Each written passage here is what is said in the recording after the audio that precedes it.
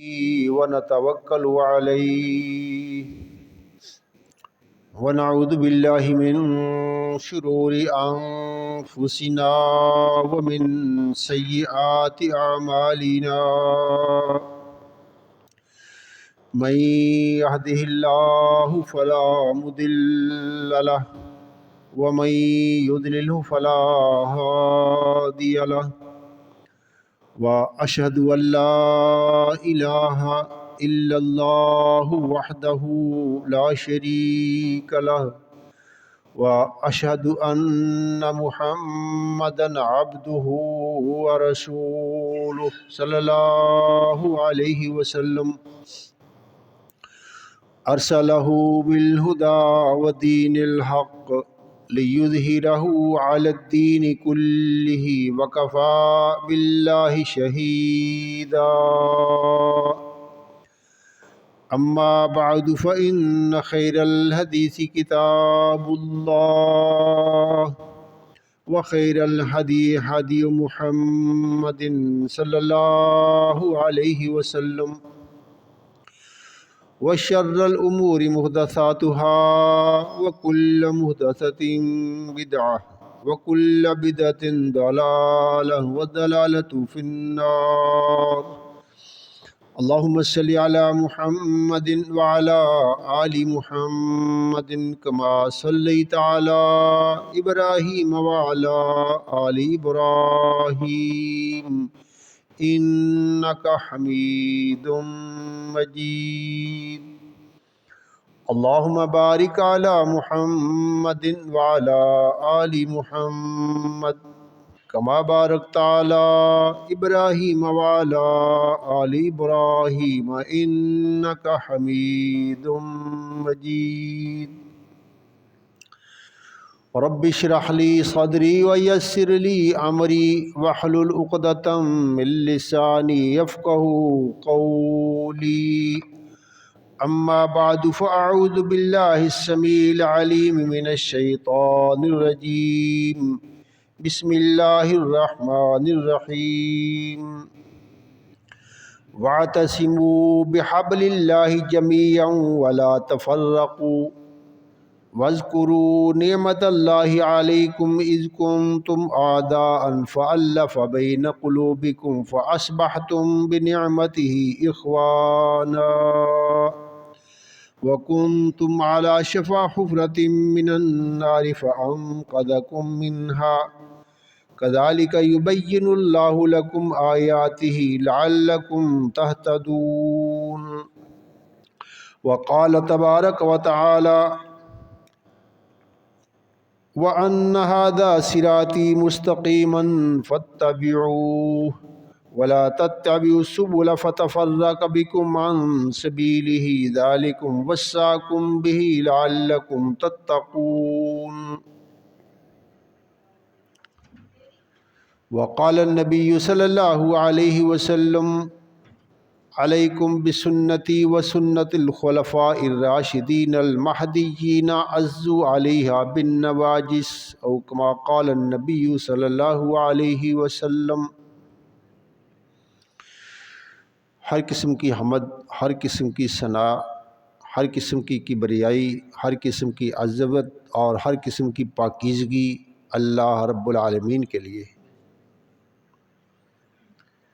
اللہ رب العزت کی بے شمار رحمتیں ہوں، ان گنت درود و سلام ہوں سید کائنات، سید انبیاء، سید ولد آدم، خاتم النبیین حضرت محمد رسول اللہ صلی اللہ علیہ وسلم کی ذات گرامی پر۔ اللہ پاک کی بے شمار رحمتیں ہوں جناب محمد رسول اللہ صلی اللہ علیہ وسلم کے خلفاء پر، آپ کے صحابہ پر اور خصوصاً آپ کے اہل بیت پر۔ اللہ پاک نے سورہ آل عمران میں ارشاد فرمایا وَاعْتَصِمُوا بِحَبْلِ اللَّهِ جَمِيعًا، سارے اکٹھے اللہ رب العزت کی رسی کو مضبوطی سے تھامے رکھو، وَلَا تَفَرَّقُوا، اور ٹولی ٹولی، گروہ گروہ، فرقہ فرقہ مت بنو، وَاذْكُرُوا نعمت اللہ علیکم، اللہ رب العزت کا جو احسان ہے تم پر اس کو یاد رکھا کرو۔ اذ کنتم اعداء فألف بین قلوبکم، جس وقت تم باہم دشمن تھے چنانچہ اللہ رب العزت نے تمہارے دلوں کو آپس میں جوڑ دیا۔ فَأَصْبَحْتُمْ بِنِعْمَتِهِ، اللہ پاک کے احسان کی بنا پر تم، اس کی مہربانی کی بنا پر تم ہو گئے ہو اخواناً، بھائی بھائی۔ وَكُنْتُمْ عَلَى شَفَا حُفْرَةٍ مِّنَ النَّارِ، اسی طرح ہی تم جہنم کے گڑھے کے کنارے پر پہنچ چکے تھے۔ فَأَنْقَذَكُم مِّنْهَا، چنانچہ اللہ پاک نے تم کو اس سے بچا لیا۔ كَذَلِكَ يُبَيِّنُ اللَّهُ لَكُمْ آيَاتِهِ، اللہ پاک اسی طرح اپنے احکام کھول کھول کر بیان کرتا ہے تمہارے لیے، لَعَلَّكُمْ تَهْتَدُونَ، شاید کہ تم ہدایت پا سکو۔ اللہ رب العزت نے دوسرے مقام پہ سورہ الانعام میں ارشاد فرمایا،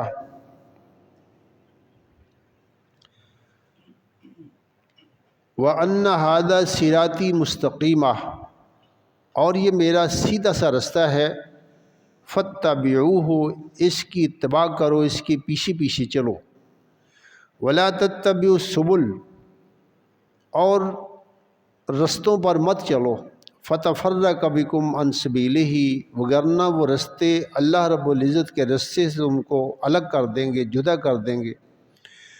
ذَلِكُمْ وَصَّاكُمْ بِهِ، اس کی تم کو اللہ رب العزت وصیت فرما رہے ہیں، لعلکم تتقون، تاکہ تم پرہیزگار بن جاؤ۔ رسول گرامی صلی اللہ علیہ وسلم نے ارشاد فرمایا، ترکت فیکم امرین لن تضلوا ما تمسکتم بہما، میں تم میں دو چیزیں چھوڑ رہا ہوں، تم ہرگز مستقبل میں کبھی بھی گمراہ نہیں ہوگے جب تک تم ان دونوں چیزوں کو تھامے رکھو گے۔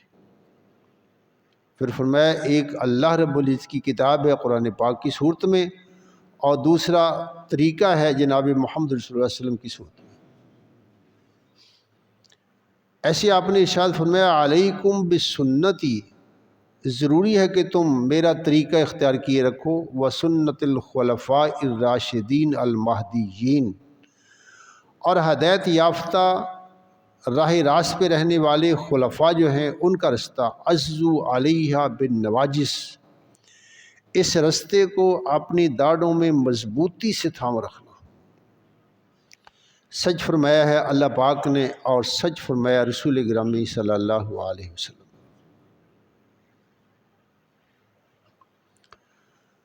اللہ رب العزت نے جناب محمد رسول اللہ صلی اللہ علیہ وسلم سے پہلے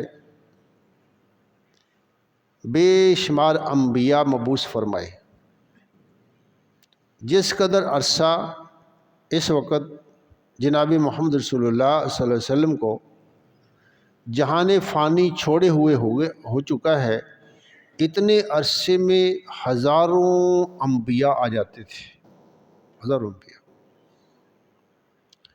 لیکن اتنے عرصے میں کوئی بھی پیغمبر نہیں آیا، اور قیامت تک کتنا عرصہ گزرے گا یہ میرا مالک جانتا ہے، اور اس میں بھی کوئی پیغمبر نہیں آئے گا۔ سابقہ ادوار میں اتنے عرصے میں اللہ پاک کی کئی کتابیں نازل ہو جاتی تھی۔ جناب موسیٰ علیہ السلام رسول گرامی صلی اللہ علیہ وسلم سے 2000 سال تقریباً پہلے تشریف لائے، تورات ملی، اس کے بعد زبور اتری، انجیل اتری، اور اتنے عرصے میں کتنی کتابیں آ گئی، کتنے صحیفے آ گئے، لیکن اب عرصہ گزر گیا، 1500 سال ہو رہا ہے، قرآن پاک کے ساتھ کوئی بھی اور کتاب نازل نہیں ہوئی، اور قیامت تک کے لیے بھی نہیں آئے گی۔ اس سے آپ یہ اندازہ لگا لیں کہ قرآن پاک کی جامعیت کیا ہے، اور جناب محمد رسول اللہ صلی اللہ علیہ وسلم کی جامعیت کیا ہے۔ قرآن پاک ہزارہ سالوں کے لیے اللہ پاک کا ایسا پیغام ہے جس کے ساتھ ہدایت کے لیے اور پیغام کی ضرورت نہیں۔ جناب محمد رسول اللہ صلی اللہ علیہ وسلم کی سیرت کے ساتھ کسی اور پیغمبر کی اب سیرت کی ضرورت نہیں رہی، وگرنہ اگر ضرورت ہوتی تو سلسلہ یہ انبیاء کا جاری رہتا۔ عدم ضرورت، ایک چیز کی ضرورت نہ ہو تو پھر کسی چیز کو مہیا کرنا یہ دانش مندی اور حکمت کا تقاضا نہیں ہوتا۔ تقاضا نہیں تھا، ضرورت نہیں تھی، اس لیے کتابوں کا سلسلہ اور انبیاء اور رسولوں کا سلسلہ روک دیا گیا۔ دوسری بات یہ ہے، سابقہ دور میں کتابیں بھی آئیں، پیغمبر بھی آئے، انبیاء کی تعلیمات کا ماضی یہ بتاتی ہے کہ انکار نہیں ہوتا، لیکن اس میں کمی بیشی اس قدر ہو جاتی ہے کہ حقائق وہ پردے میں چلے جاتے ہیں۔ چنانچہ جناب عیسیٰ علیہ السلام کی آمد تک یہودیت شرک میں پڑ چکی تھی۔ حضرت عزیر کو اللہ پاک کا بیٹا کرا دیا جا رہا تھا۔ جناب محمد رسول اللہ صلی اللہ علیہ وسلم کی آمد تک جناب عیسیٰ علیہ السلام کو اللہ تبارک و تعالیٰ کا ایک اوتار، اللہ تبارک و تعالیٰ کا ایک حصہ قرار دیا جا چکا تھا۔ انکار نہیں ہوتا شرائع میں، لیکن شرائع میں کمی بیشی اس طرح کر دی جاتی ہے کہ اصل چھپ جاتا ہے حقائق میں۔ آپ کے بعد کیا حقائق اسی طرح چھپ جائیں گے؟ امکان ہے اس میں، یہ امکان ہمیشہ باقی رہتا ہے۔ اور رسول گرامی صلی اللہ علیہ وسلم نے اس چیز کو بالکل واضح طور پر علل اعلان ذکر فرمایا۔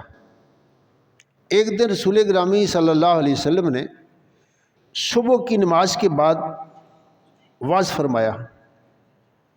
صحابی بیان کرتے ہیں جناب ارباد بن ساریہ رضی اللہ تعالی عنہ، وعظنا رسول اللہ صلی اللہ علیہ وسلم موعظۃ ذرفت منها العیون، اس قدر آپ نے اصلاح پسند وعظ فرمایا کہ ہماری آنکھوں سے آنسو جاری ہو گئے۔ وجلت منها القلوب، اور دل وہ بیان سن کر ہمارے لرز گئے۔ یہ ایمان کی علامت ہوتی ہے، انما المؤمنون الذین اذا ذکر اللہ وجلت قلوبہم، جب اللہ کی کتاب کی تلاوت ہوتی ہے تو اہل ایمان کے دلوں پر ایک لرزہ سا طاری ہو جاتا ہے، لیکن وہ تب طاری ہوتا ہے جب اس کی سمجھ آ رہی ہو، وہ کانوں کے ذریعے دل پر بھی جائے، تب ہوتا ہے۔ چنانچہ صحابی بیان کرتے ہیں کہ ہماری آنکھوں سے آنسو جاری ہوئے اور ہمارے دلوں پہ لرزہ طاری ہو گیا۔ فقلنا یا رسول اللہ، ہم نے عرض کی اللہ کے رسول، ان ھذہ لموعظۃ مودع، یہ تو اس طرح کی وصیت آپ فرما رہے ہیں گویا کہ آپ الوداع کہنے والے ہیں، ہمیں گویا کہ ایک آخری بیان جاری فرما رہے ہیں آپ۔ فماذا تعہد الینا، چنانچہ آپ ہمیں کس چیز کا عہد لیتے ہیں، کیا ہمیں ضروری چیزیں عطا فرماتے ہیں؟ چنانچہ آپ نے فرمایا قد ترکتکم علی البیضاء، میرے صحابہ میں نے تم کو ایک روشن رستے پر چھوڑا ہے، لیلھا کنہارھا، اس کی رات بھی دن کی طرح روشن ہے، کوئی ابہام نہیں، انفرادی زندگی ہو یا اجتماعی زندگی، سیاسی ہو یا مذہبی، معاشرتی ہو یا معاشی، مردوں کے مسائل ہوں یا عورتوں کے، امیروں کے ہوں یا غریبوں کے، کوئی بھی مسئلہ اس میں الجھا ہوا اس وقت نہیں ہے۔ لیلھا کنہارھا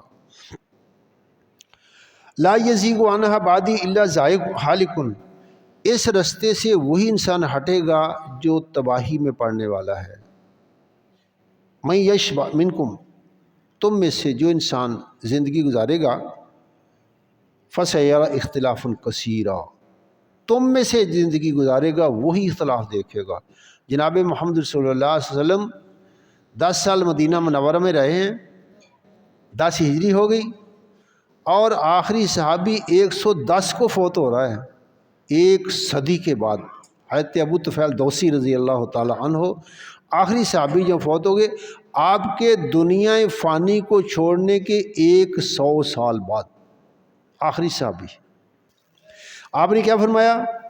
من یعش منکم فسیری اختلافا کثیرا، جو لمبی زندگی پائے گا نا وہ دیکھے گا بہت زیادہ اختلاف پیدا ہو جائیں گے، فعلیکم بما عرفتم من سنتی و سنت الخلفاء الراشدین المہدیین، چنانچہ تم لازم پکڑو، اختیار کرو جو تم جانتے ہو میرا طریقہ اور میرے بعد خلفاء راشدین کا طریقہ۔ اس کے بارے میں بھی آپ نے فرمایا تھا ایک وقت تک میرے نائبین اسی منہج پر حکومت کریں گے جو منہاج نبوت ہوتا ہے، منہاج نبوت۔ عزو علیہ بالنواجذ، اس رستے کو اس طرح تھام لو جس طرح کوئی چیز داڑھوں میں لے کر کوئی انسان دبا لیتا ہے تاکہ اس کو چھوڑے نہ۔ وعلیکم بالطاعہ، اور ضروری ہے کہ تم اطاعت اختیار کرو۔ وَإِنْ عَبْدًا حَبْشِيًّا، اگرچہ اللہ اس کے رسول کے معاملات پر فیصلے کوئی غلام حبشی بھی کرے نا تب بھی اس کی بات ماننا، اختلاف نہیں کرنا اسے۔ فَإِنَّمَا الْمُؤْمِنُ كَالْجَمَلِ الْعَنِفِ حَيْثُمَا قِيدَ انقادہ، مومن کا کام ہے ایک اس اونٹ کی طرح اللہ کی کتاب اس کے پیغمبر کے فرامین کے سامنے سرنڈر ہو جائے، جھک جائے، جس طرح وہ اونٹ ہوتا ہے جس کو نکیل ڈال دی جائے، ایک بچے کے ہاتھ میں بھی نکیل ڈال دی جائے تو وہ اونٹ اس بچے کی بھی تابع بن جاتا ہے۔ اس قدر تم نے اللہ کی کتاب اور جناب محمد صلی اللہ علیہ وسلم کی سنت کی اتباع کرتے ہیں۔ اس حدیث کے بعد اور وہ آیات مبارکہ جو قرآن پاک نے ذکر کی ہیں اور میں نے آپ کے سامنے ترجمہ کیا، اس کے بعد بھی ایک صاحب ایمان کو یہ گنجائش نہیں رہتی ہے کہ رسول اللہ صلی اللہ علیہ وسلم کے طریقے سے وہ سرے منہ بھی انحراف کرے۔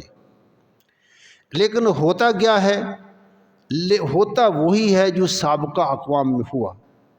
آپ فرماتے ہیں سابقہ قومیں وہ 72 فرقوں میں تقسیم ہو گئے، ایک دو نہیں 72، اور میری امت 73 میں بٹ جائے گی اور سب کے سب وعید میں چلے جائیں گے، اللہ کی سزا کے مستحق بن جائیں گے، اور اگر کوئی انسان اللہ کی رحمت کا حقدار بنے گا تو وہ ایک۔ صحابہ نے پھر عرض کی، بڑے عظیم لوگ تھے یہ، ہم ہوتے تو شاید اس طرح بریکیوں کی نبی اکرم صلی اللہ علیہ وسلم سے تفصیل طلب نہ کرتے، ان کے رگ و جان میں اسلام سرایت کر چکا تھا۔ چنانچہ انہوں نے پوچھا اللہ کے رسول وہ کون ہوں گے؟ آپ فرماتے ہیں ما انا علیہ و اصحابی، وہ لوگ جو وہ طریقہ اختیار کریں گے جس طریقے پر میں ہوں اس وقت، اور وہ لوگ جو میرے ساتھی ہیں۔ یہ وہی چیز ہے جس کو اللہ پاک نے قرآن پاک میں یوں بیان فرمایا فَإِنْ آمَنُوا بِمِثْلِ مَا آمَنْتُمْ بِهِ فَقَدْ اهْتَدَوْا، اگر یہ اس طرح ایمان اختیار کرتے ہیں جس طرح تم سے مراد کون ہے؟ جناب محمد رسول اللہ صلی اللہ علیہ وسلم کے صحابہ کرام، اگر وہ طریقہ اختیار کرتے ہیں تو ہدایت پر ہیں، بصورت دیگر گمراہی اور ضد۔ ان نصوص کے بعد میرا خیال ہے کہ ایک صاحب عقل، دانشور، ذہین، فطین، دانا انسان کے سامنے تیسرا رستہ باقی نہیں رہ جاتا ہے کہ وہ اختیار کرے اور اپنے آپ کو خواہ الجھن میں یا خطرے میں یا شک میں ڈالے، سوائے اس رستے کے جو رستہ اللہ نے اور اس کے محبوب پیغمبر نے اور صحابہ کرام رضوان اللہ علیہم اجمعین نے ہمارے سامنے واضح کر دیا۔ آپ نے اس کے ساتھ یہ بھی وارننگ فرما دی، متنبہ فرما دیا تتبعون سنن من کان قبلکم حذو النعل بالنعل وحذو القزۃ بالقزۃ، فرمایا میری امت کے لوگ وہی رستہ اختیار کر لیں گے جو پہلے لوگوں نے اختیار کیا، اگر وہ 72 بنیں گے یہ 73 بن جائیں گے۔ شریعت کا میں نے پہلے بھی عرض کیا انکار کبھی نہیں ہوتا ہے، انکار نہیں ہوتا ہے شریعت کا، بس اس میں کوئی ہیلہ سازی یا اس میں عقل و دانش کے ساتھ کوئی ایسی اس کو ایڈیشن تیار کیا جاتا ہے جس کا حق کے ساتھ کوئی تعلق نہیں ہوتا۔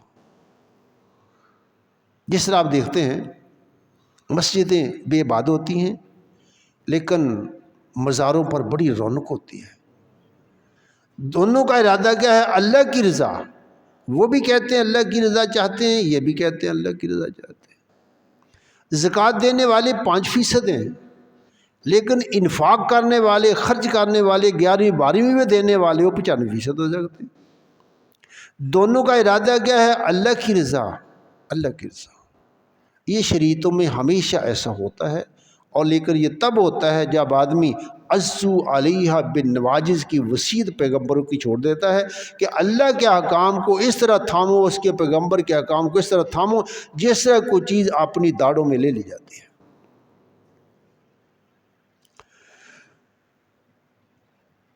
آج سے چند سال پہلے میرے ہاتھ میں ایک کتاب آئی، پیغام حرم کے نام سے اس کا ترجمہ ہوا تھا۔ عربی میں کتاب تھی، حل المسلم ملتزم بان یتبع مذہبا من المذاہب الاربع، کیا جو 4 معروف مذہب ہیں ان میں سے کسی مذہب کے ساتھ اٹیچ ہونا ضروری ہے؟ یہ اصل مسئلہ یوں پیش آیا کہ جاپان میں ایک بہت بڑی آبادی وہ اسلام قبول کرنا چاہتی تھی۔ جاپانی لوگ بدھ مت ہیں۔ وہاں پر ہماری 2 تبلیغی جماعتیں پہنچی ہوئی تھی۔ ایک تبلیغی جماعت جن کا تعلق فقہ حنفی سے تھا پاکستان کی، اور ایک تبلیغی جماعت جن کا تعلق انڈونیشیا سے تھا، شافی۔ وہ دونوں تبلیغی جماعتیں آپس میں جھگڑ پڑے۔ وہ کہتے تھے کہ شافی مسلمان بنیں گے، وہ کہتے ہیں حنفی مسلمان بنیں گے۔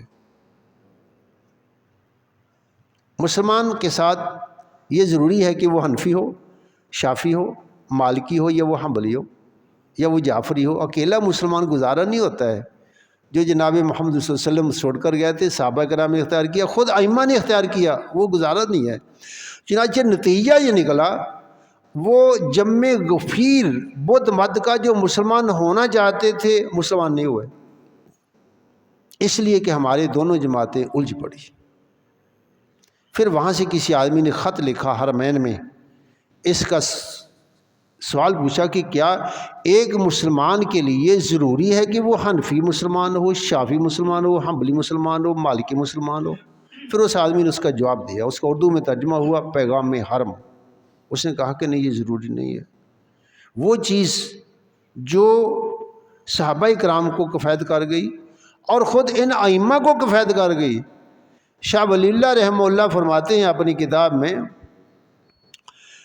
ائمہ کرام، ائمہ اربعہ میں سے جناب امام احمد بن حنبل سب سے بعد میں فوت ہوئے ہیں۔ امام احمد بن حنبل 241 ہجری میں، کہتے ہیں یہ تقلید کا لبادہ جو مسلمانوں نے اوڑھا ہے، یا وہ چیز جو اپنے گلے میں ڈالی ہے نا، تقلید کے حنفی شافی مالکی ضروری بنو، کہتے ہیں یہ 400 سال کے بعد شروع ہوا۔ صحابہ کا زمانہ کب گزر گیا؟ 110 ہجری کو۔ ائمہ اربعہ کا کب گزر گیا؟ 241 کو۔ اور یہ تقلیدی مذاہب جو اس طرح بن گئے ہیں گویا کہ الگ الگ پیغمبروں کی امتیں ہیں، یہ کب شروع ہوا؟ شاہ صاحب فرماتے ہیں 400 سال کے بعد، 400 ہجری کے بعد۔ صحابہ کا زمانہ گزر گیا، تابعین کا زمانہ گزر گیا، محدثین جنہوں نے احادیث جمع کی ان کا بھی زمانہ گزر گیا، ائمہ اربعہ کا بھی گزر گیا، سب کچھ ہو گیا۔ اس کے بعد ایک ایسی چیز آئی کہ جس نے مسلمانوں کو ہمیشہ کے لیے الگ الگ کر دیا۔ چنانچہ لوگوں نے اپنے مذاہب کو بچانے کے لیے کیا کچھ کیا، آپ حیران رہ جائیں گے اگر میں چیزیں آپ کے سامنے رکھوں۔ کبھی آپ کو موقع ملے بخاری شریف کھولیں، اس میں ایک کتاب ہے کتاب الحیل۔ علماء کرام کہتے ہیں نا زکوٰۃ دینی ضروری ہے، اور یہ ارکان ہیں 4 اسلام کے، ان میں سے کوئی بھی نہ کرو تو مسلمان نہیں ہے۔ جناب بکر رضی اللہ تعالیٰ عنہ نے ان لوگوں سے جہاد کا اعلان فرمایا تھا جو نماز تو پڑھتے ہیں لیکن زکوٰۃ نہیں دیتے۔ امام بخاری رحمہ اللہ نے ایک کتاب پوری باندھی ہے کتاب الحیل، کہ بعض لوگوں کو سکھاتے ہیں ہیلا کرنا۔ آپ روزہ نہیں رکھنا چاہتے ہیں گرمی میں، کہتے ہیں سفر اختیار کر لو، سفر میں جائز۔ آپ زکوٰۃ نہیں دینا چاہتے ہیں، کہتے ہیں اب 11 مہینے اپنے پاس زکوٰۃ مال رکھو، 11ویں مہینے اپنی بیوی کو ہدیہ دے دو، سارے کا ساری جائیداد کا میں اپنی بیوی کو دے دیا، 1 مہینہ اس کے پاس رہنے دو، اس کے بعد اس سے لے لو، واپس لے لو۔ بھئی آپ نے فرمایا جو ہدیہ واپس لیتا ہے اس طرح جیسے کتا اپنی کیچ چاٹتا ہے، کہتے ہیں اس کے لیے کوئی حرام ہے؟ دیکھیے جب انسان نکتہ آفرینی پر جاتا ہے نا، اس وقت کیا کیا گل کھلاتا ہے۔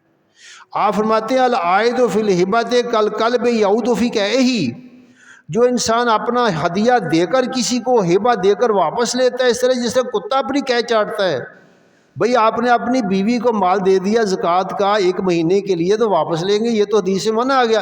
کہتے کتے کے لیے کیا چاٹنا کچھ حرام ہے؟ جو اس کے ساتھ تشبیہ آپ نے کس لیے دی اگر بری نہیں ہے تو؟ یعنی یہاں تک پھر لوگوں نے ان چیزوں کو لیا ہے جس وقت یہ ساری چیزیں بنتی افتراق کی بنا پر، افتراق۔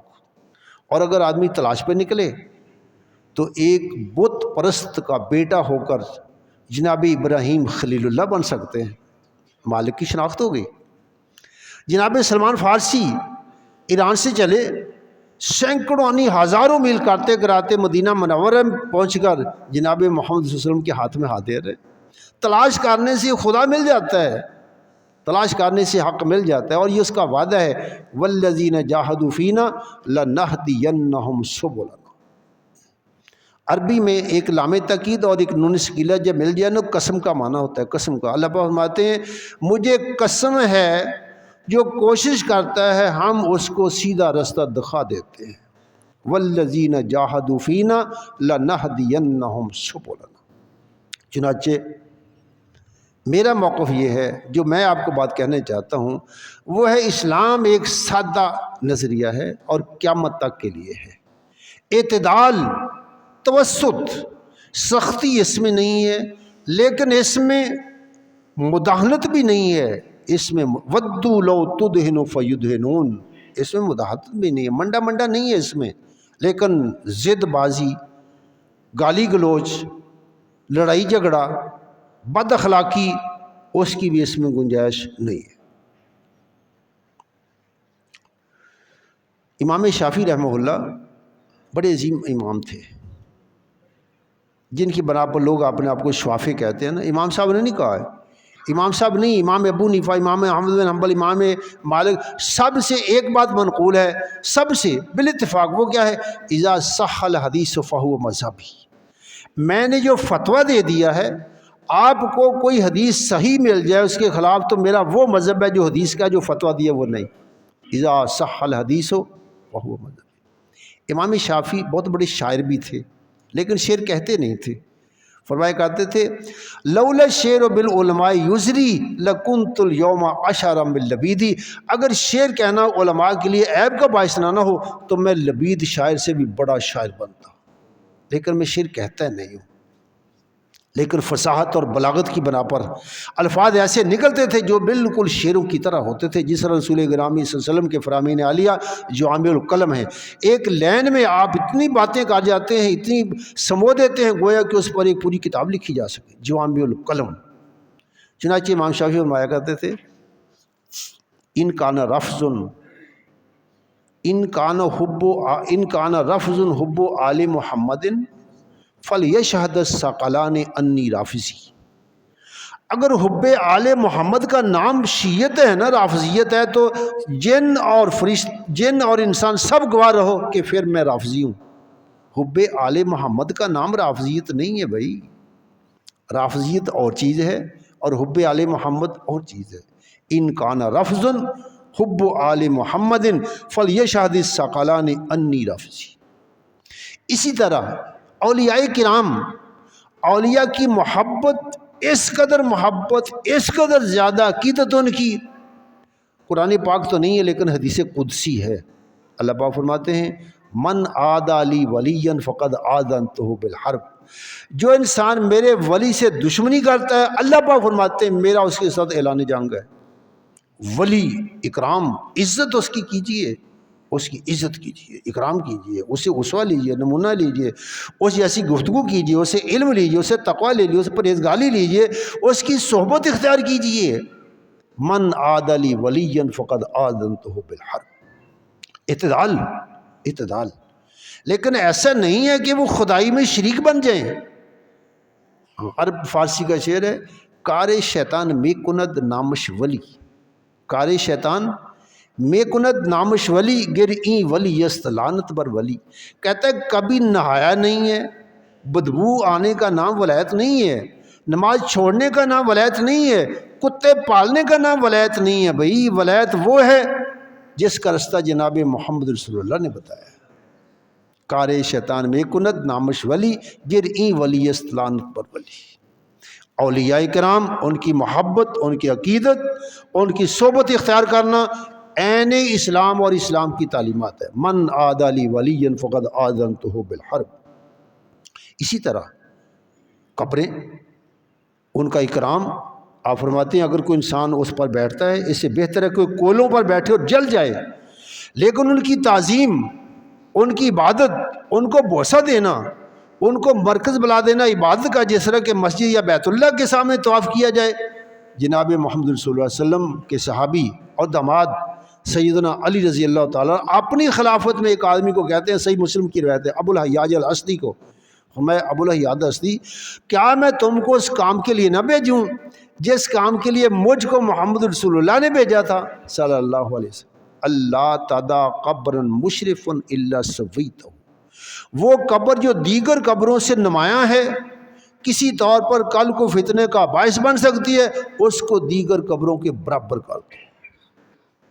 الگ بنانا قبر کو، الگ شناخت کرنا قبر کو۔ سیدہ عائشہ فرمایا کرتی تھی اگر فتنے کا ڈر نہ ہوتا تو رسول گرامی صلی اللہ علیہ وسلم کی قبر مبارک بھی جنت البقیع میں بن جاتی۔ اب اولیاء کرام، محدثین، علماء کی قبروں کو الگ اس لیے بنا لینا تاکہ ان کا طواف ہو، ان کا انسان بوسہ لے، ان کو سجدے کیے جائے۔ بھئی کیسی شریعت میں جائز ہے؟ اکرام، قبر کا اکرام، اس کی توہین نہ کرنا، اس پر نہ بیٹھنا، اس پر نہیں تھوکنا، اس پر نہیں پاؤں رکھنا شرع کا کام ہے، لیکن بات یہ ہے وہ معبد نہیں ہے، عبادت گاہ نہیں ہے، اس کا طواف نہیں ہے، اس کو بوسہ نہیں ہے۔ ایسے ہی توحید، اللہ پاک فرماتے ہیں افمن یجیب المضطر اذا دعاہ، لاچار انسان کی لاچاری کی دعا اللہ پاک کے سوا کو سن سکتا ہے؟ یہب لمن یشاء اناثا ویہب لمن یشاء ذکور او یزوجہم ذکرانا واناثا ویجعل من یشاء عقیما۔ فرمایا جس کو چاہے بیٹے دے، جس کو چاہے بیٹیاں دے، جس کو چاہے ملاقات دے دے، جس کو چاہے کچھ نہ دے، یہ سارے اختیار کس کے پاس ہیں؟ اب آپ سلطان باؤ کی بیری پہ چلے جائیں، ہلائیں، جتنے پتے گریں گی اتنی بیٹیاں ہو جائیں، جتنے بیر گر جائیں اتنے بیٹے ہو جائیں۔ بھئی یہ سلطان صاحب نے فرمایا، حضرت علی حجویری نے یہ کہا ہے، حضرت نور شاہ ولی نے یہ کہا ہے، قائم سائی نے یہ کہا ہے، کسی نے نہیں کہا ہے۔ بھئی اگر کہا ہے تو ان کی بات مردود ہے، لیکن یہ اللہ کے اولیاء جو ہیں نا ایسی باتیں نہیں کہتے ہیں۔ اللہ پاک نے حضرت عیسیٰ کے بارے میں کہا ہے، اللہ پاک قیامت کے روز پوچھیں گے اانت قلت للناس، عیسیٰ تم نے لوگوں کو کہا تھا مجھ کو اور میری ماں کو خدا مانو؟ حضرت عیسیٰ فرمائیں گے ان کنت قلت فقد علمت، میرے مولا اگر یہ میں نے کہا ہے تو تو جانتا ہے، لیکن یہ میں ایسی بات کیسے کر سکتا ہوں جس کا حق نہیں ہے؟ جب یہ انبیاء کی تعلیمات واضح ہیں، کیا اللہ کے ولی ان چیزوں کا کہہ سکتے ہیں کہ ہماری قبروں پہ نشہ بیچو، وہاں پر بدکاری کے اڈے بنا لو، وہاں پر دنیا کا ہر فاحش کام کرو جو عام بازار میں نہیں کر سکتے وہاں پر وہ کر لو؟ اولیاء کہہ سکتے ہیں؟ نہیں کہہ سکتے۔ چنانچہ اولیاء کا اکرام، قبروں کا اکرام اور توحید، بے لچک توحید، یہ اعتدال ہے، یہ مذہب اصل۔ ایسی ہی رسالت مآب صلی اللہ علیہ وسلم پیغمبر، فلا وربک لا یؤمنون حتی یحکموک فیما شجر بینہم، اللہ پاک فرماتے ہیں مجھے اپنے رب کی اور اپنے رب ہونے کی قسم ہے جس وقت تک لوگ اپنے اختلافات میں آپ کو فیصل نہیں مانتے ہیں ان کو مومن کہلانے کا حق نہیں ہے۔ آپ چلے جائیں کسی مدرسے میں، فتویٰ مانگیں کتاب و سنت کے مطابق، نہیں کہتے نہیں کہو فقہ کے مطابق فتویٰ دو۔ بھائی فتویٰ میں نے لکھا ہے قرآن و سنت کے، وہ کہتے نہیں لکھو فقہ کے مطابق فتویٰ دو۔ بھائی وہ فقہ کس کی ہے؟ جناب محمد تو فرمایا کرتے تھے صلی اللہ علیہ وسلم لو کان موسیٰ حیا لما وسعہ الا اتباعی، اگر صاحب تورات موسیٰ بھی آ جائیں تو محمد کی اتباع کے علاوہ کوئی چارہ کار ہی نہیں ہے صلی اللہ علیہ وسلم علیہ الصلوۃ والسلام۔ چنانچہ فلا وربک لا یؤمنون حتی یحکموک فیما شجر، اللہ پاک فرماتے ہیں لا ترفعوا اصواتکم فوق صوت النبی، پیغمبر کی آواز سے اونچی آواز نہ کرو، اس بے ادبی میں ہم سب کچھ ہی تباہ کر دیں گے۔ اتنا اکرام کرو پیغمبر کا، لیکن فیصل مانو اس کو۔ آپ فرماتے ہیں لا یؤمن احدکم حتی یکون ہواہ تبعا لما جئت بہ، اپنی مرضیاں اپنی خواہشات میرے لائے ہوئے دین کے تابع نہ کر لو، تمہیں مومن کہلانے کا حق نہیں ہے۔ یہ خود ساختہ ایڈیشن، خود ساختہ مذاہب، ساری کی ساری شریعت، ساری کی ساری خوش، عیدین کی خوشیاں ختم ہو گئی ہیں، ماند پڑ گئی ہیں بھائی، اور عید میلاد النبی پہ شریک نہ ہونے والا کافر قرار پا رہا ہے، کہتا ہے ساری دنیا خوشی منا رہی ہے سوائے ابلیس کے۔ بھائی اس وقت تو نہیں مناتے تھے جس وقت محمد رسول اللہ پیدا ہوئے تھے، صحابہ کرام کو نہیں پتہ چلا، ائمہ کو نہیں پتہ چلا، محدثین کو نہیں پتہ چلا، فقہاء کو نہیں پتہ چلا، اولیاء کو نہیں پتہ چلا۔ آخر کس کس کو ابلیس کا ساتھی کہہ رہے ہو یار؟ کس کس کو کہہ رہے ہو؟ امام ابو حنیفہ کو بھی کہہ رہے ہو ساتھ، امام احمد بن حنبل کو کہہ رہے ہو، ابو بکر کو کہہ رہے ہو، اماں جان عائشہ کو کہہ رہے ہو، سیدہ فاطمہ کو کہہ رہے ہو کہ وہ سب یہ نہیں کرتی تھیں۔ چنانچہ توحید ہے لیکن اس میں آپ کے ساتھ کسی اور کو برابر کا قرار دینا اسلام کے منافی۔ فقہ ہے علماء کو حق ہے فتویٰ دینے کا، لیکن آپ فرماتے ترکت فیکم امرین، دو چیزیں چھوڑ کر جا رہا ہوں، ایک حدیث اور ایک اللہ کی کتاب۔ جب اختلاف بن جائے فَإِن تَنَازَعْتُمْ فِي شَيْءٍ فَرُدُّوهُ إِلَى اللَّهِ وَالرَّسُولِ، فرمایا اللہ کی اطاعت کرو، اس کے پیغمبر کی اطاعت کرو، اپنے حکمرانوں کی اطاعت کرو، لیکن اگر اختلاف کا مسئلہ بن جائے تو اختلاف میں فیصل کون ہے؟ صرف اللہ، اس کا رسول۔ فَإِن تَنَازَعْتُمْ فِي شَيْءٍ فَرُدُّوهُ إِلَى اللَّهِ وَالرَّسُولِ، اور فرمایا وَمَن يُشَاقِقِ الرَّسُولَ مِن بَعْدِ مَا تَبَيَّنَ لَهُ الْهُدَىٰ، ہدایت واضح ہو گئی، پتہ چل گیا، پھر بھی نہیں راہ راست پہ آتا ہے، نُوَلِّهِ مَا تَوَلَّىٰ، اللہ فرماتے پھر ہم اس کی رسی ڈھیلا دیتے ہیں۔ نُوَلِّهِ، وگرنہ ہدایت دینے پر آ جائے تو میرا مالک، اگر کو مانگے تو ابو جہل کے بیٹے کو ہدایت مل رہی ہے، اگر کو مانگے تو جنگ احد کو بپا کرنے والے ابو سفیان کو ہدایت مل رہی ہے، اس کے بیٹوں کو ہدایت مل رہی ہے، صفوان بن امیہ کے بیٹوں کو مل رہی ہے، مانگے تو صحیح۔ ہمارے تو خاندان میں اس قدر بھی نہیں ہے نبی اکرم کے مخالفین، اللہ پاک نے ان کو ہدایت دے دی ہے، مانگنے پہ آ گیا نا، مانگنے پہ آ گئے۔ چنانچہ اللہ پاک کے محبوب پیغمبر فرماتے ہیں ترکتکم علی البیضاء، میں بالکل واضح رستہ چھوڑ کر گیا ہوں، کوئی ایسا ابہام ہی نہیں ہے کہ آپ یہ رستہ اختیار کرنے کو چھوڑ کر کسی اور رستے پہ چلے جائیں، کوئی چیز تب اختیار کی جاتی ہے کہ وہاں نہ ہو۔ اللہ پاک کے پاس کون سی چیزیں نہیں ہیں، ہم ان کے پاس جاتے ہیں جو خود دمریشہ ہیں، فاقد الشیلائی ہوتی ہے۔ آخر سٹور، جنرل سٹور کو آدمی بڑی مارکیٹ کو تب بھی چھوڑتا ہے نا جب وہاں سے کوئی چیز میسر نہ آئے۔ ایسے ہی آپ فرماتے ہیں صحابہ کرام کے بارے میں، دیکھیے ایک ہوتا ہے غلطی، ایک ہوتا ہے بغض۔ پیغمبروں کے علاوہ کوئی بھی انسان، امت کا اجماع ہے کہ معصوم عن الخطا نہیں ہے، پیغمبروں کے علاوہ کوئی بھی آدمی معصوم عن الخطا نہیں ہے، ہر ایک انسان سے خطا کا امکان ہے، ایسے ہی ہے۔